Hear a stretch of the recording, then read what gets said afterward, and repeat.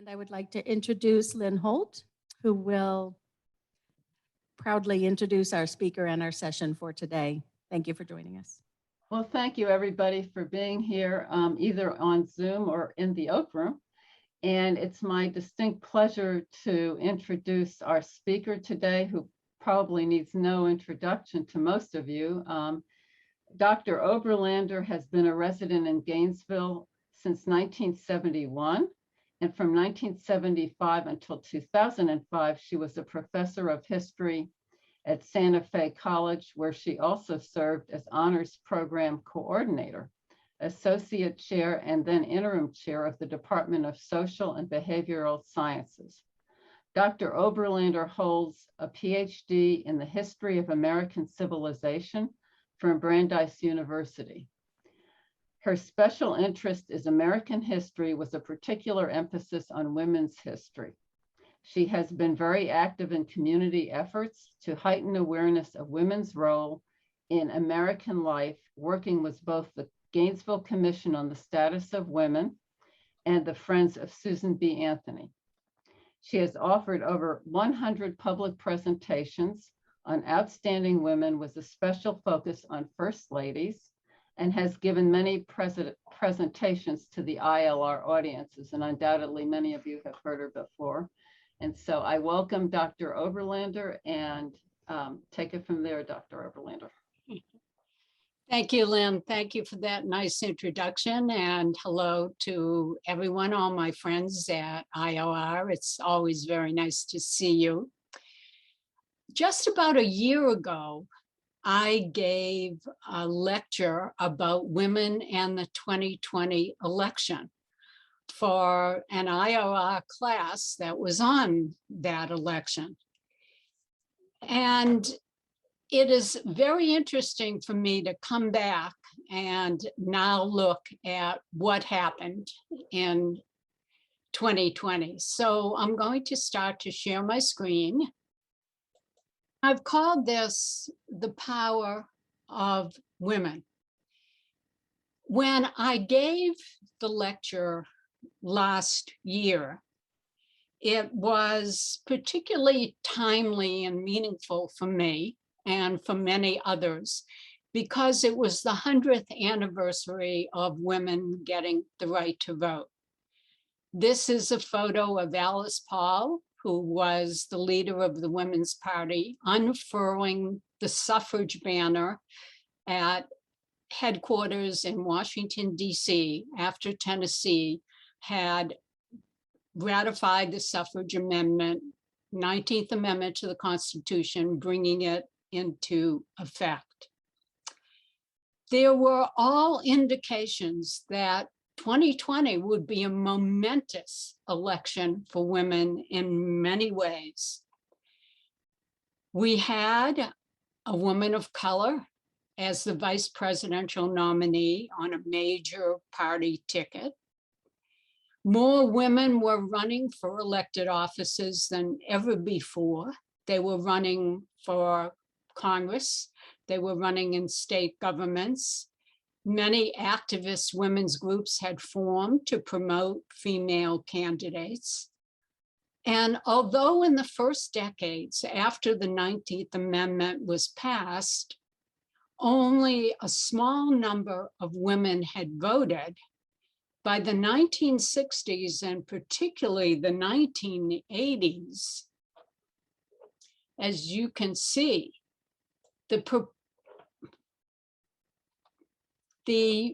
whoops,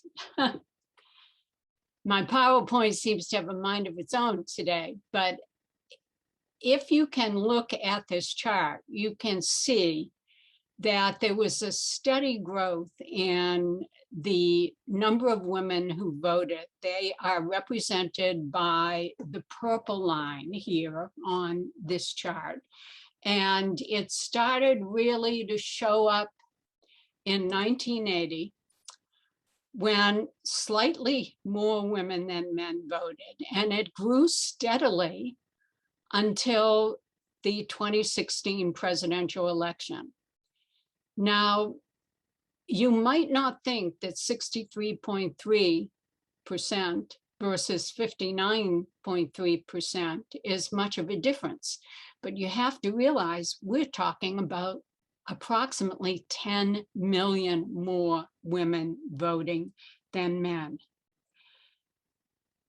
And not only were more women voting, but they noticed that women like this voter seem to be voting differently than men.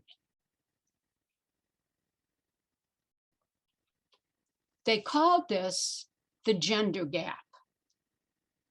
Political scientists and pollsters noted that women made different choices than men. They seemed to be more in tune with social reforms, civil rights, healthcare. So they tended to vote more Democratic than Republican.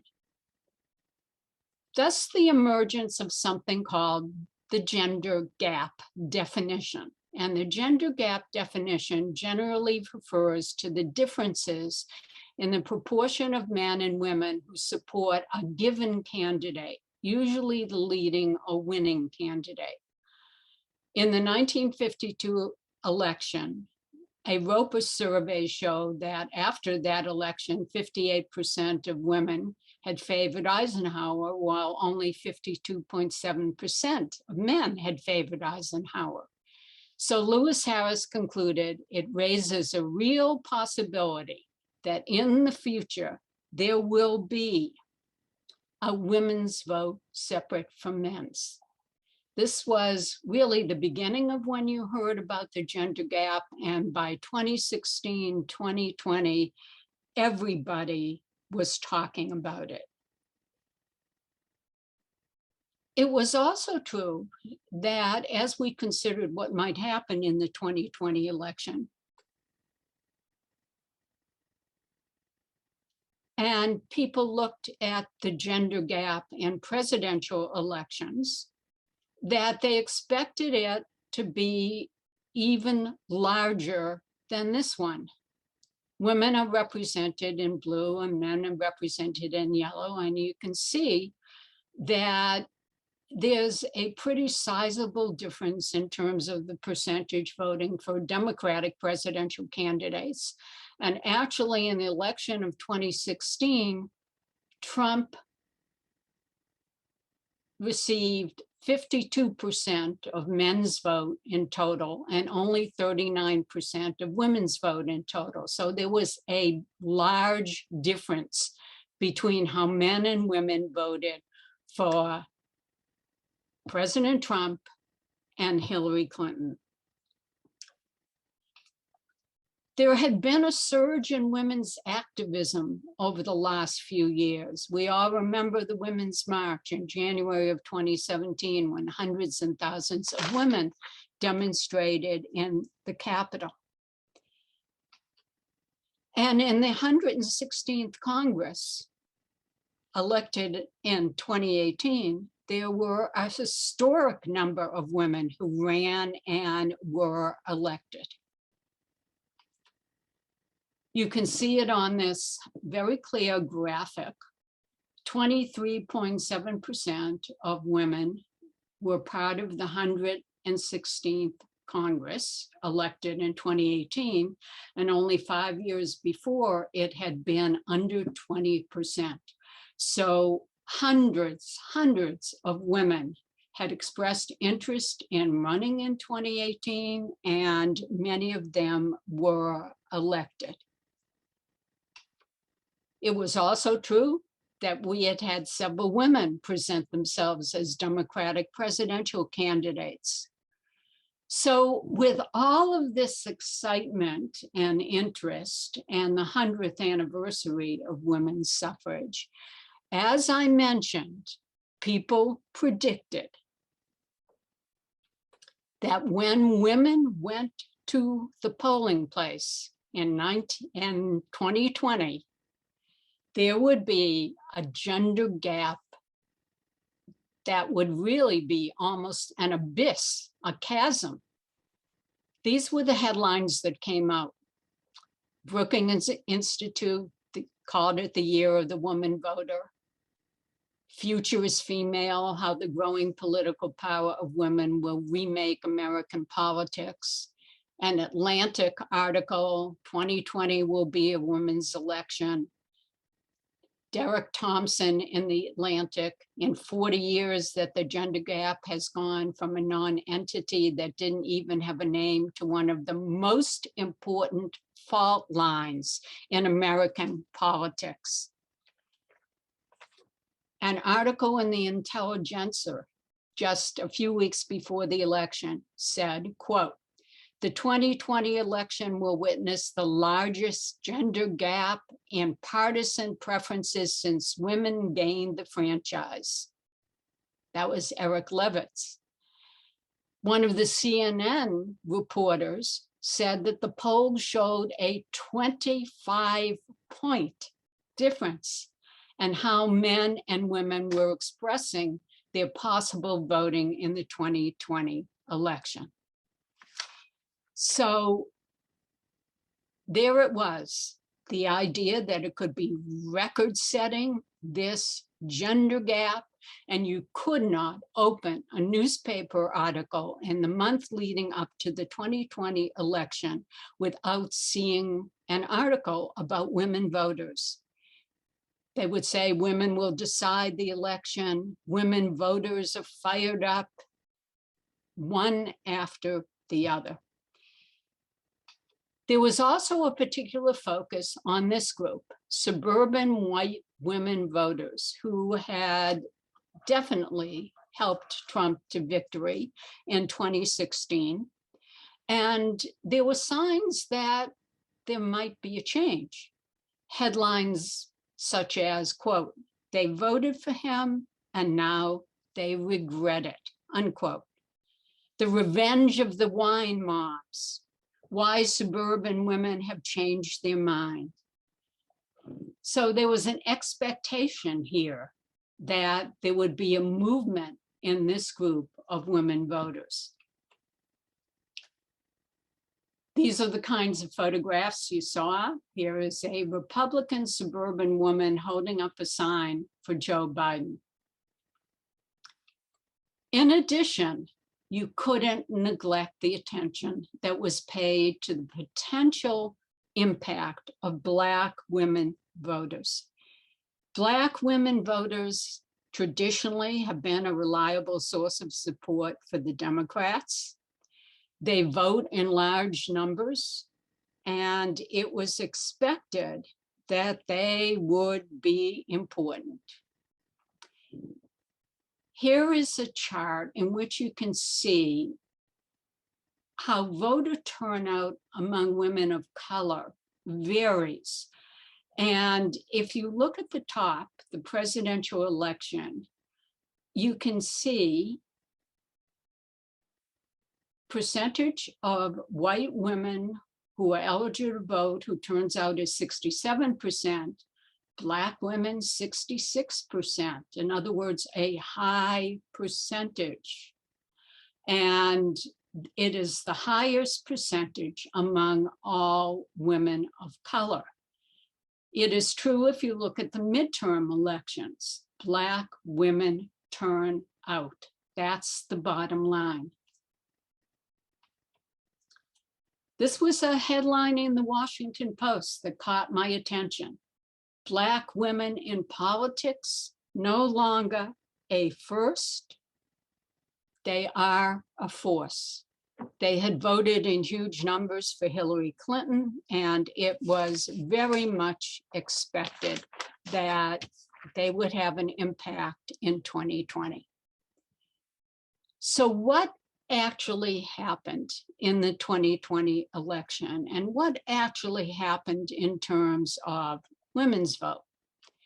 Well, first of all, and I think you've heard this last week particularly, that voter turnout and registration in 2020 hit new highs. You can see 66.8% of eligible voters voted, and that's the highest voter turnout in this century. We're talking about 155 million people, maybe more, who went to the polls despite concerns about the virus. Again, a higher share of women voted than men. That's not shown on this graph, but I will tell you again that women's turnout was higher. And again, you have about 10 million more women voting. All of us were accustomed to see these photos, long lines of early voting. There's no doubt that people felt strongly about this election, and I have to say it was good to see the high voter turnout, because in many elections we have a very low voter turnout, and this was wonderful to see. People excited, activated, voting. When they were asked about key issues, you can see that economy was listed as the top issue for most voters, followed by healthcare and down the list. I want you to pay particular attention to the one that was on the bottom of the list before the 2020 election. That's the issue of abortion. And I'm going to address that later, because that is no longer on the bottom of the list. And I think that will make a difference. So if Americans voted, and this is one of those polls that Ken Wald warned us about, and of course, there are many different polls and many different graphs about the 2020 election, and believe me, you can drown in them. But this one reflects the key issues Americans voted on and how they voted. So if the economy was the most important, people voted for Donald Trump. If racial equality was most important, they voted for Biden. If the pandemic was important, you've got Biden again. Crime and safety, Trump. Healthcare policy, Biden. So people obviously divided up in terms of what issues were important to them and how they were going to vote. Well, what about the gender gap? Now, you can get lost in this table. I've gotten lost in this table and studied it for a long time.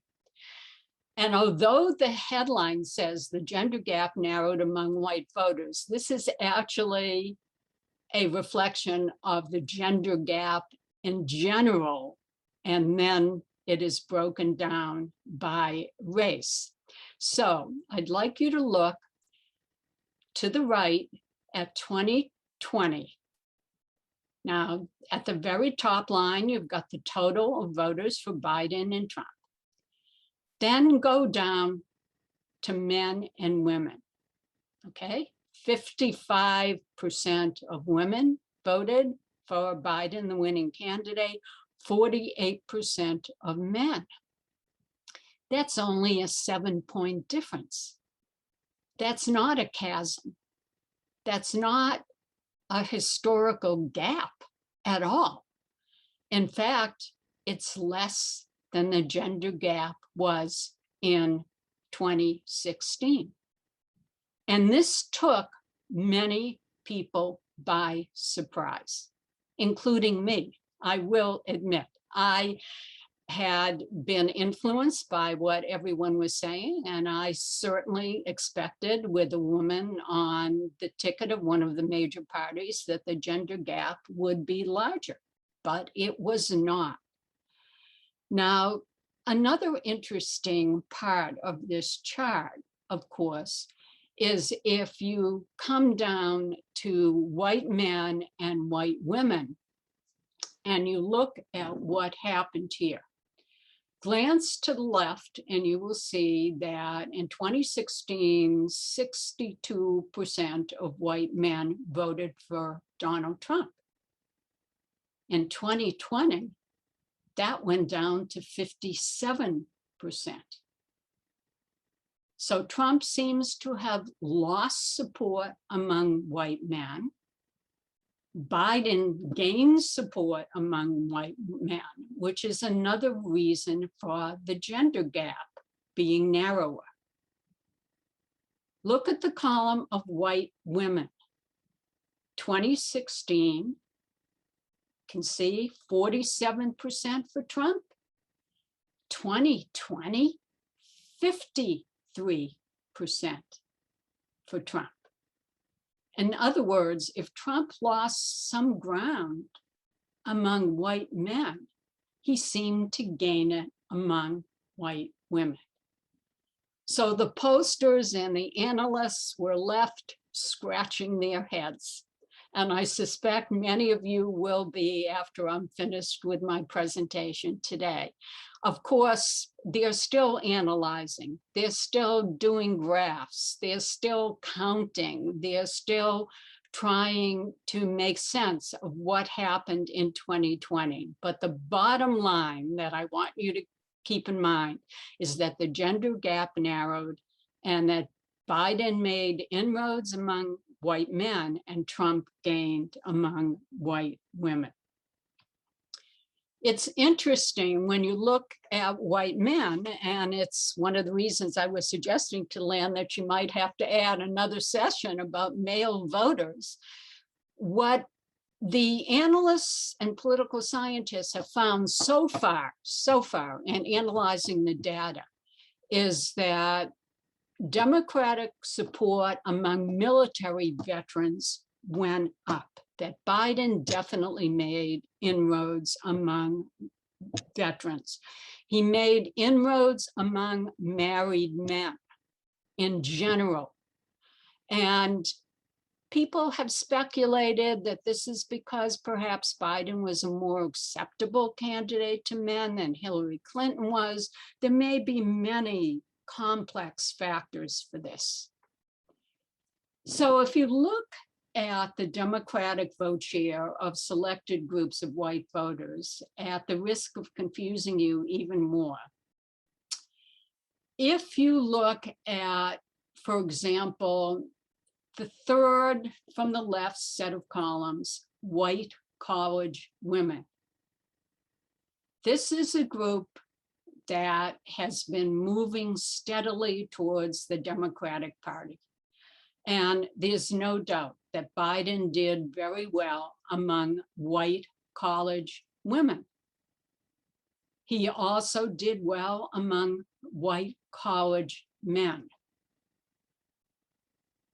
Suburban white voters tell a different story. And this is where the whole issue of suburban white women comes into play.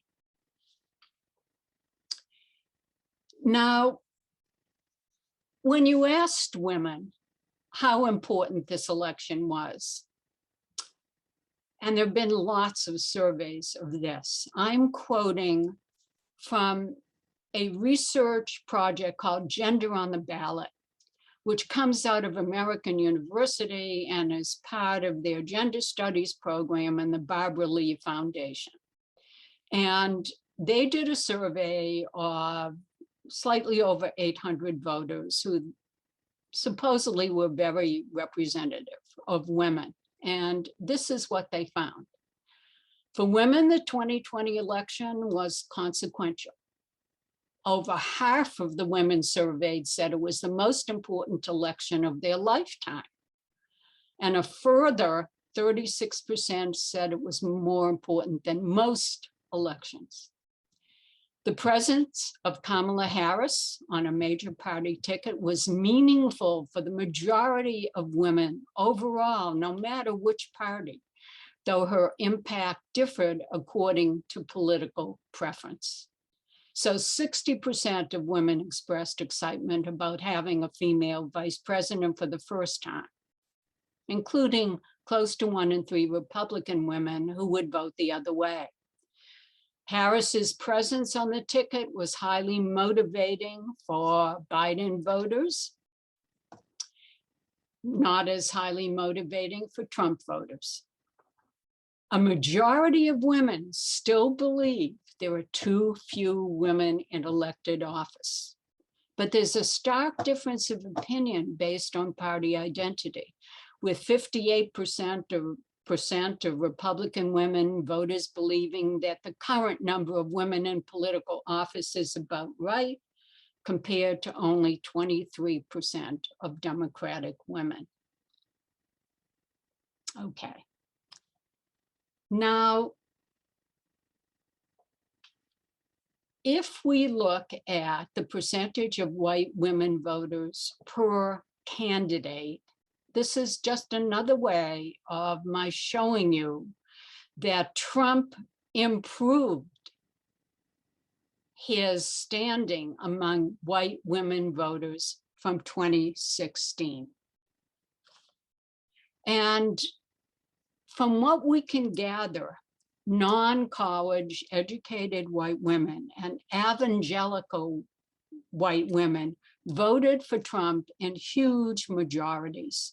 And one pollster has said that evangelical white women are really the mainstay of the Republican Party.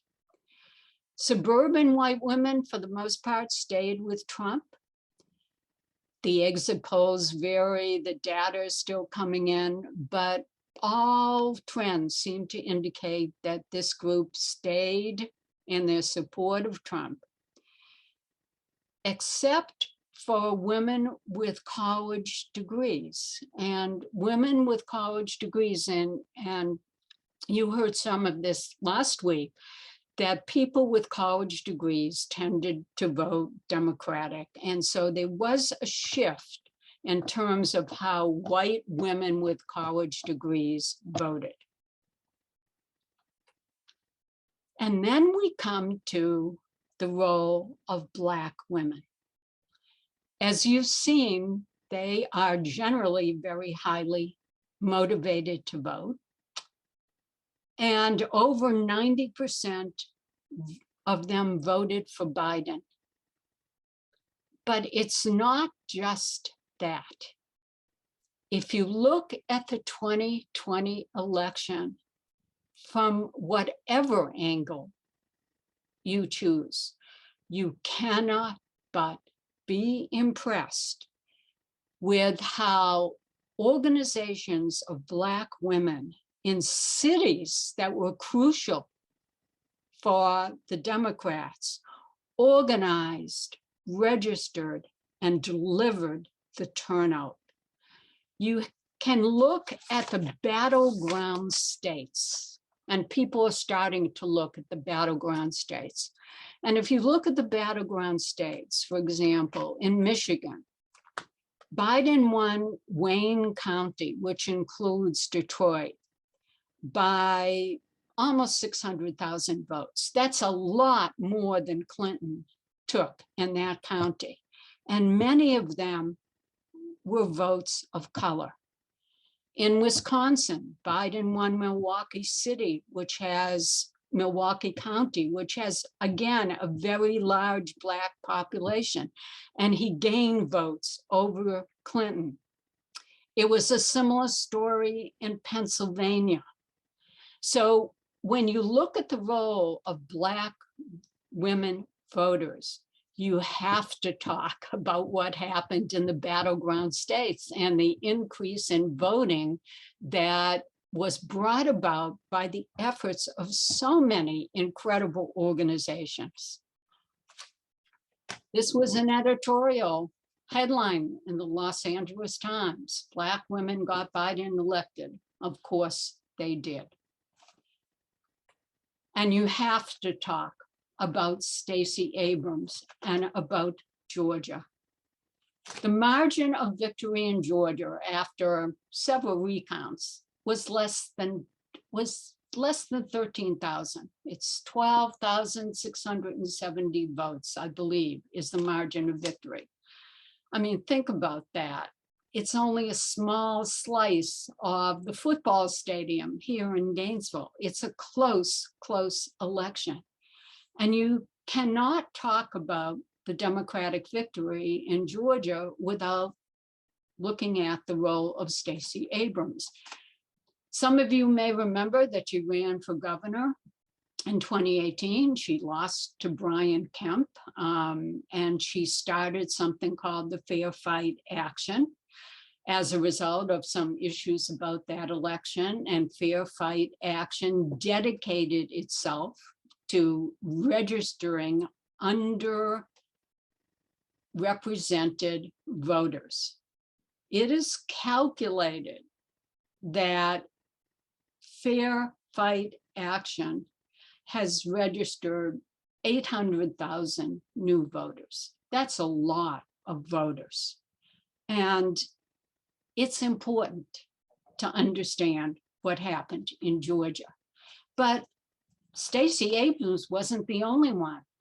There is a list, an incredible, amazing, impressive list of organizations, many started by women, headed by women, that did the groundwork in terms of getting the vote out. This is one of them, the New Georgia Project. There's also the People's Agenda, founded by Reverend Joseph Lowry, with that wonderful statement, voting is a sacred right and a moral obligation.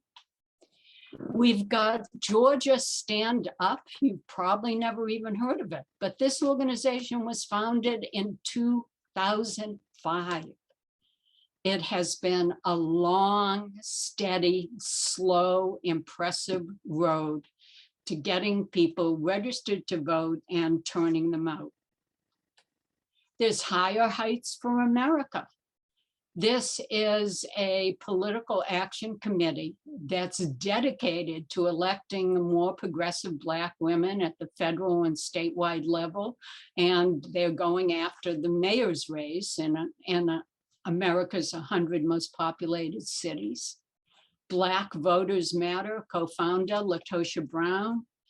She has been active in Florida, South Carolina, Tennessee, Georgia, Pennsylvania, Alabama, Mississippi. I mean, all these important organizations in terms of looking at how that vote, the Black women's vote, was so important in this election. And I also want to mention something that's overlooked. You know, Arizona was a very, very close state, a toss-up state, barely 10,000 vote difference. And I've read a number of articles on how that happened. And what we have here are Native American women pushing the voter turnout and making sure that people are registered. This is an image from actually a march that took place in Seattle. And here, even in the state of California, you had a Native Vote Project, and you can see the canvases pictured. So Native American women, it seems, were important in what happened in Arizona. Women's political activism translated into a record number of women who ran and were elected to Congress in 2020. And here you can see it. 27% of Congress now is now made up of women, and there are a sizable number of women of color who are also part of this group. Why the interest in this election? Why was it so great? Not just the fact that it was the 100th anniversary of women getting the right to vote. Barbara Lee, who's part of the Barbara Lee Foundation, which is connected to that Gender on the Ballot project I mentioned, recently wrote this. Research shows that the pandemic has caused women to be more passionate and political about critical issues than ever before. Well, if you break it down in terms of the impact of the pandemic, let's look at the economic impact first. In the first few months of the pandemic, 11.5 million jobs held by women vanished. They vanished because women were overrepresented in the retail industry, in the restaurant industry, in the travel industry, in the hospitality industry. And we know what happened. Those were shuttered, many of them. And so millions of women lost jobs.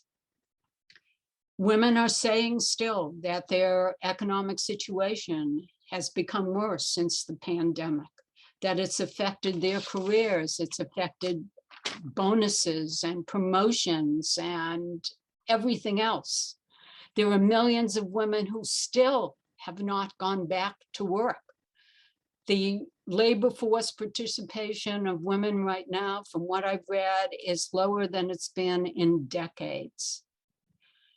A staggering 60% of women who were surveyed said that the pandemic has affected their mental health.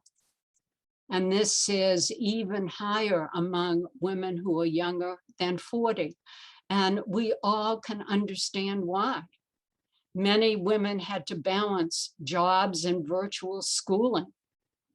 They were suddenly caught in a very, very difficult balancing act and difficult situation as children were no longer in school.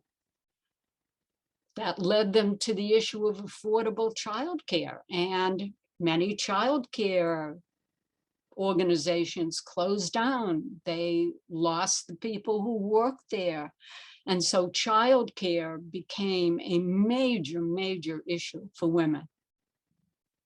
There was also affordable health care, accessible health care, maternity leave, sick leave. All of these issues came to the forefront. School safety, the safety of children when they went back to school. How is that going to be monitored? How are you going to keep teachers safe, bus drivers safe? All of these issues came to the fore. And let us not forget that women were the frontline workers. When you saw your nightly news and you saw the nurses working in ICUs, frantically trying to keep people alive, the majority of them were women. Nurses, medical support staff, they were women. So all of these concerns translated into increased political activism and a record number of women voting. What does that mean for 2022? Now, I should know better than to make any predictions after what happened in 2020, but I'm going to make some anyway. I expect to see even higher numbers of women running for political office. 127 Republican women have already announced their plans to run for the House of Representatives. The filing deadline is months away. And in 2020, 227 ran. We've already got 120 with many, many months to go. There are women running here in Florida. We have a female candidate possibly for the governor's race. We have Val Demings running for the Senate. And I couldn't resist showing you this about my hometown of Boston, because the mayor's race, which consisted initially of several women, has now been narrowed down to two, Michelle Wu and Assay B. George. And Boston, for the first time, will have a female mayor. There's no doubt about it. I was struck as I did my research when I came across a quote by Larry Elder. You may recall who he is. He was one of the failed candidates for governor of California during the recall campaign. And Larry Elder is known for making absolutely outrageous statements. And several years ago, he made a statement, quote, "Women know less than men about political issues, economics and current events. That's good news for the Democrats, but bad news for the Republicans. For the less one knows, the easier the manipulation." Women know less than men.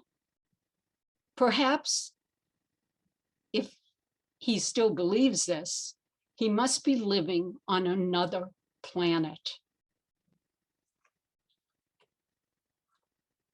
League of Women Voters, one of the most important nonpartisan organizations founded by women, which encourages informed and active participation in government. It works to increase our understanding of major public policy issues, and it influences public policy through education and advocacy. It is a nonpartisan group, but it is so important in keeping people informed, particularly women. We all depend on the guides that are prepared by the League of Women Voters for midterm elections and presidential elections in terms of amendments that might appear on the ballot. Wonderful photo of the League of Women Voters from Pennsylvania, urging people to vote. There's the American Association of University Women. It has 1,000 chapters, including one here in Gainesville. It has under 200,000 members and supporters, but it has 1,000 local branches and 800 college and university partners. And this is another women's organization that strives to keep women informed about important policy issues, particularly as they affect gender equity for girls and women. We have any number of organizations that have been founded to help women run for office. Ruths List, which concentrates on progressive women running.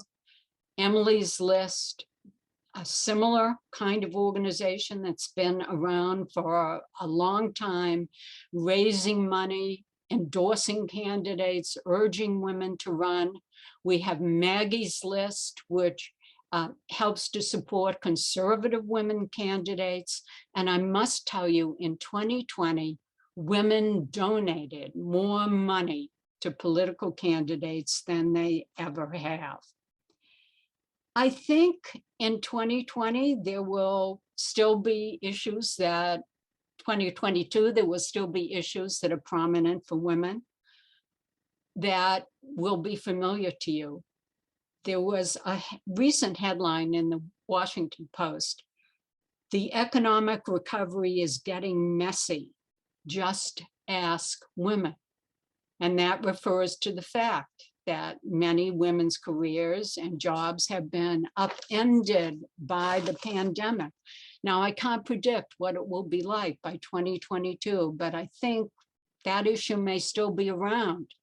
The cost of childcare is at an all-time high because of safety measures and a decrease in the provider workforce.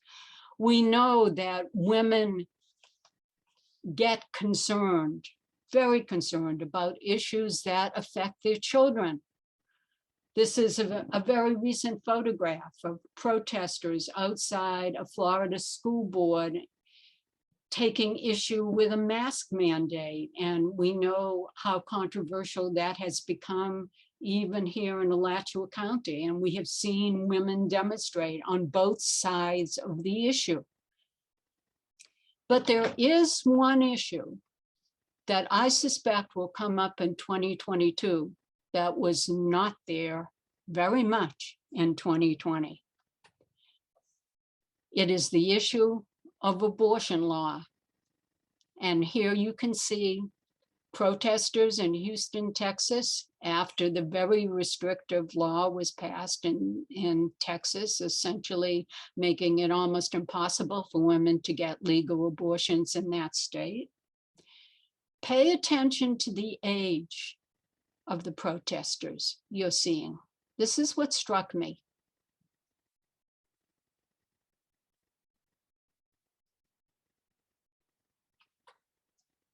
And of course, it's women on both sides of the issues.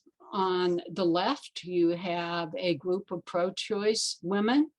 And on the right, I've used this. This was the notice that appeared on a Facebook page here in Gainesville, calling women to a march that took place just a few weeks ago here in Gainesville. There were marches, several hundred of them, all around the country. And I think that this is going to be an important issue for young voters. If we look at the exit polls, now remember, these are exit polls and they may change.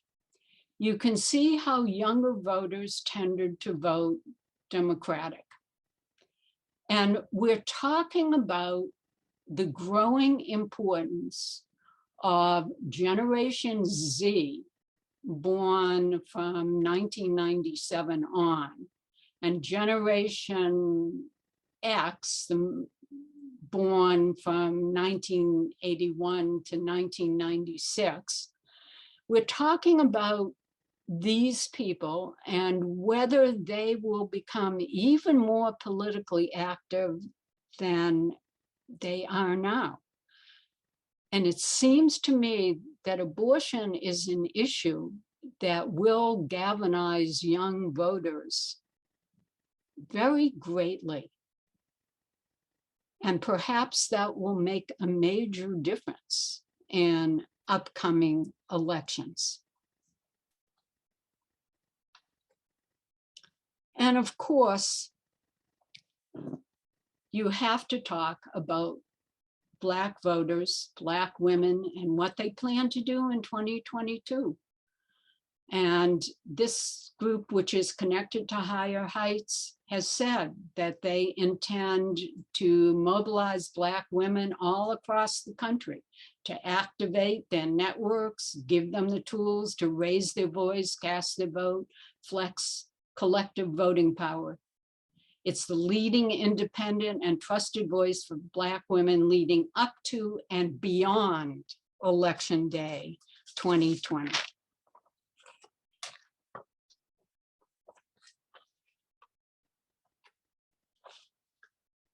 Black women have already been out on the streets.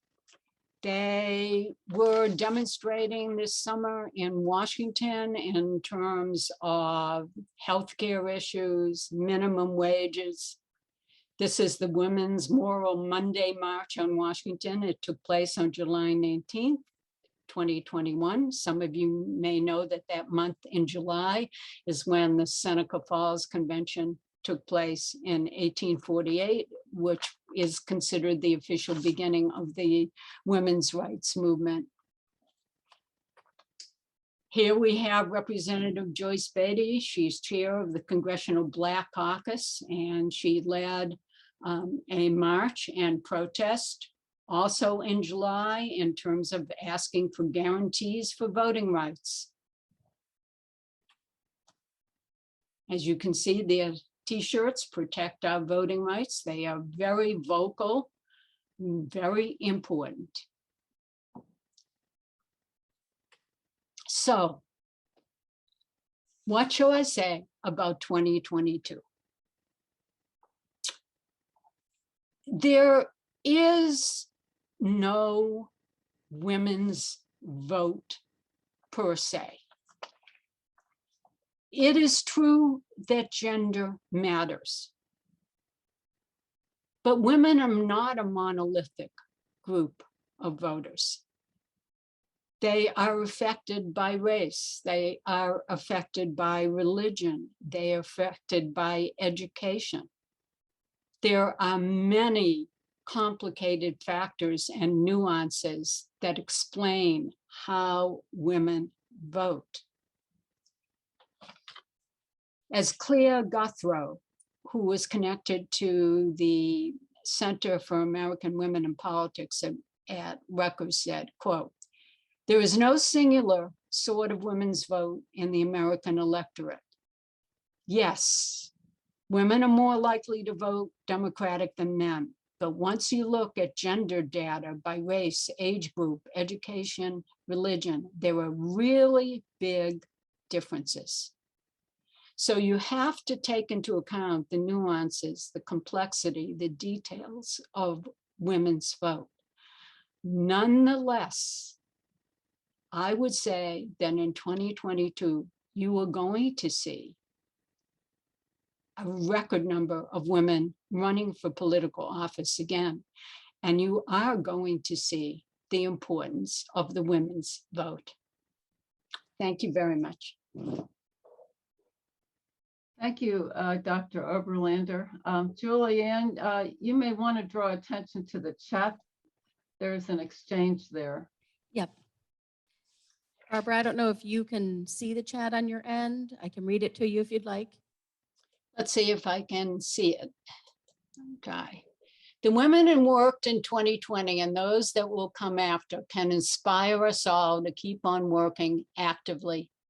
Fear is what we need to replace with positive energy. What is the alternative? That comment is from a good friend of mine, and I appreciate it. So questions, comments?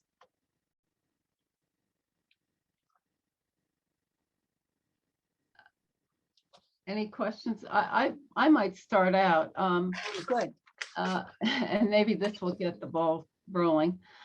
There's a whole slew of voter restriction laws by states, including our own state. And since you don't mind speculating, what would your thoughts be on the impact of these laws on the women's turnout and their possible votes? Well, I would say that in general, I'm very concerned, as many people, about the restrictions that have come about in some of the voting laws that have already been passed and some that are proposed. But I will tell you that particularly African-American women have been accustomed to working with restrictions and attempts to stop them from voting in huge numbers before. And they will not give up without a fight. I think they see the vote as absolutely essential to them. When you read articles about this, what Black women say is that it is a matter of survival, that the vote for them is not a choice. It is a matter of survival to who they are, to their communities, and they will do everything possible to vote despite the restrictions. All right, we have a question here from the Oak Room. I think it would be interesting to speculate on what would happen if it isn't Trump and it isn't Biden that are running, because there's a chance that either one might not be running. You must have a better crystal ball than I do. I really don't know.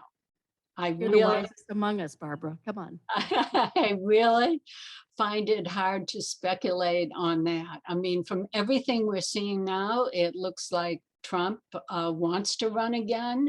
He just had a rally with 20,000 people who also want to see him run, but a lot can happen between now and 2024. So if there are different candidates, I suspect that women will evaluate and analyze, and I think they will still be out there voting in large numbers. You know, it's interesting to watch. you have the feeling that women are energized in a way that they haven't been for decades. And it's a combination of factors that have caused this, but I feel it all around me. I mean, everywhere I look, there were women's organizations working on political issues. So I think no matter who the candidates are, women are going to be out there voting in large numbers, more women than men, because that's what's been happening. We got heads nodding here in the Oak Room. Rick, I'll be right with you in just a moment. Barbara, right above Charna's comment, it was Catherine Morsink. I can read it to you. It says, in 2020, I was very involved in voter registration, education, and turnout campaigns. Given the new voting laws and the increasing hostile electorate, I need something to encourage me to continue these efforts. I often fear that nothing we can do now can make a difference. No, you absolutely cannot feel that way. You have to take a page from Charna's book and be optimistic and keep doing it. Keep doing it. All right, Rick, go ahead. Yeah, thanks for a great analysis. One issue that I would like your ideas on is gender-based violence. The fact that many people were excited about Hillary being a candidate because she was a woman candidate for the Democrats, I think was quite important. But the interpretation by different women has to be looked at. Many women, and I met quite a few, who were just so excited that a Democratic woman candidate was running for president. But others were concerned about the fact that Hillary was involved, in their opinion, negatively in response to the Monica Lewinsky events with her husband, that she responded inappropriately to gender-based violence from perhaps a conservative women's perspective. And then since then, since the 2016 election, we had the Me Too movement, where gender-based violence has become a much more important issue that should bring together both Democratic and Republican women voters, regardless of their partisanship. And I was just wondering how you would interpret these events and the possibility of gender-based violence as being a motivator for women's participation in the political system. Well, I think when you look at Hillary's candidacy, it is complicated, Rick. And women don't vote just because it's a woman running. Women analyze issues just the way men analyze issues. And so I think you have to look at Hillary Clinton's candidacy and understand that there were women who supported her very greatly and women who had some concerns about her, just as if she had been a different kind of candidate. Now, I will tell you that there are some people looking at what happened in 2020 who believe that the shift of white men toward Biden has something to do with lingering sexism towards Hillary Clinton. Now, there'll have to be a lot more analysis of that before we can say that firmly, but there are some people who think that.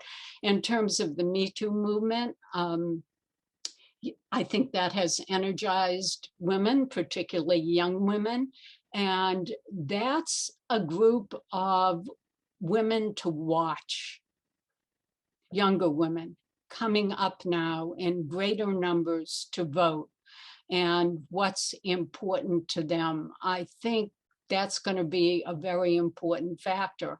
But again, the differences, there may be differences of religion, of education, of economic situation that will be more important than what you see as a possible unity in terms of the Me Too issues.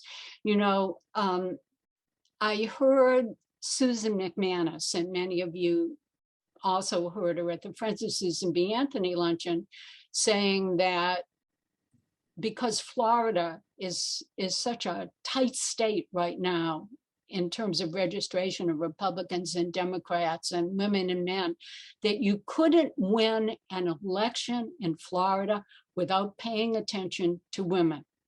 Well, I'd like to expand that to the national level. You're not going to be able to win an election unless you pay attention to some of the issues that are important to women. Thank you.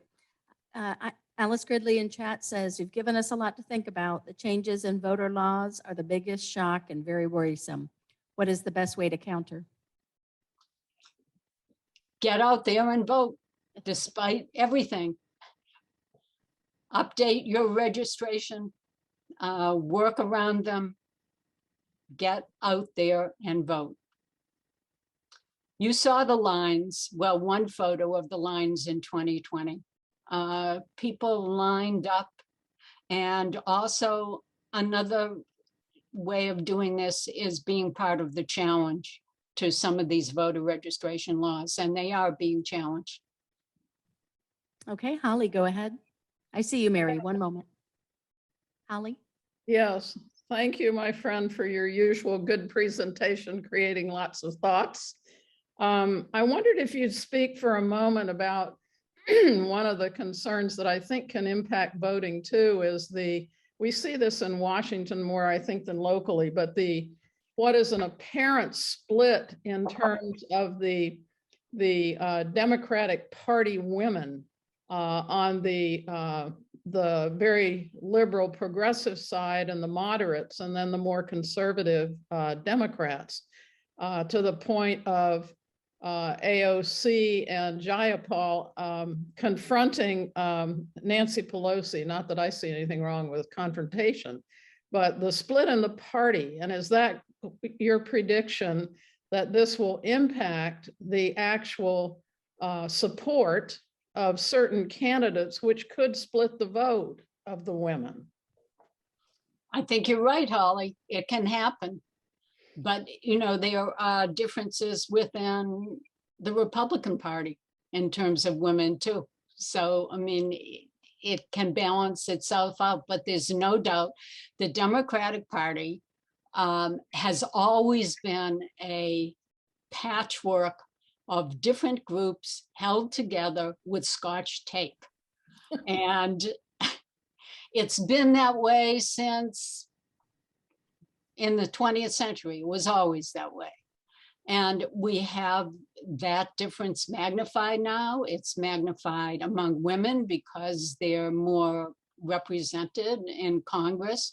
I think it's one of the issues that may impact who's elected and how things go. But I, for one, am not unhappy that there are different opinions voiced by women. I think that's important, that women feel that they can vote their conscience, stand up for what they believe in. That's crucial. So yes, it may have an impact. Okay, I see our final question here. Mary, go ahead. Yeah, I'd like to go back to the topic of abortion. And I think what happens with the Supreme Court and any limitations or any loss of the rights awarded through Roe versus Wade are going to be significant. But the perspective I'd like to cast on this, I think it is not just a woman's issue. And a lot of the legal abortions that are happening in the recent past are family decisions, and men are in favor of some of how those decisions were made in favor of abortion. So it's unclear how you would group them, but I think that is just going to be a big factor for both genders. I appreciate your comments. The last poll I said, the last poll I looked at said that 69% of the American people, that's men and women, favor abortion in most cases. It was not broken down by gender. It was just Right. a general. But so, yes, there will be men on both sides of the abortion issue, just as there are women on both sides of the abortion issue. Of course, I concentrated on women because I think for most women, they see it, rightly or wrongly, as a very personal issue for themselves. So I do think it will be a major motivating factor in upcoming elections, for sure. But you're right. It's in many cases a joint decision. But thanks for a very informative presentation. You're welcome. Lynn, final thoughts? I also want to thank you, Barbara. That was a phenomenal talk and a very, makes us really think about what we can expect. But, and also I hope that people will think of creative and effective ways of responding to the new voter laws and not become despondent. The next talk that we're going to hear will be next week on Thursday, and we will, our speaker will be Angela McCarthy, who's a lecturer in the political science department at the University of Florida, and she will be talking about U.S. voters and religion. So I hope you all can join us next week. And again, thank you very much for a great talk. Hi, everyone. Hi. Thank you, everyone. Have a good afternoon.